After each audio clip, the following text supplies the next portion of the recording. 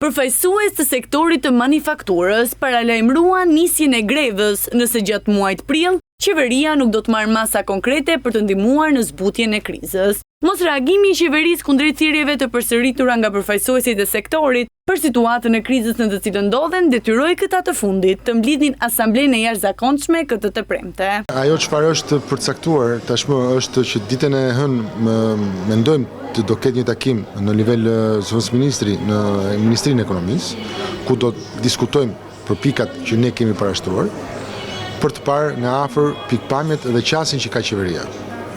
Absolutisht se në rast se brenda muajit prill nuk do ketë një reagim nga ana e qeverisë. Lëvizja e parë është ndalimi për një periudhë të caktuar të punës së bizneseve tona, pra në një formë greve.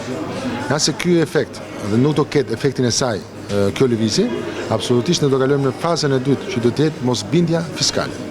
Mosbindja fiskale është ajo që do detyroj dhe do të tregoj qeverisë peshën tonë që ne kemi në ekonominë shqiptare. Shoqata Pro Export Albania e vlerëson krizë të paprecedent në këto 30 vite, e shkaktuar nga efektet e kursit të këmbimit. Pas një mbështetje konkrete nga ana e qeverisë, donse kanë paraqitur problematika në Komisionin e Ekonomisë, ata thonë se reagimi mungon.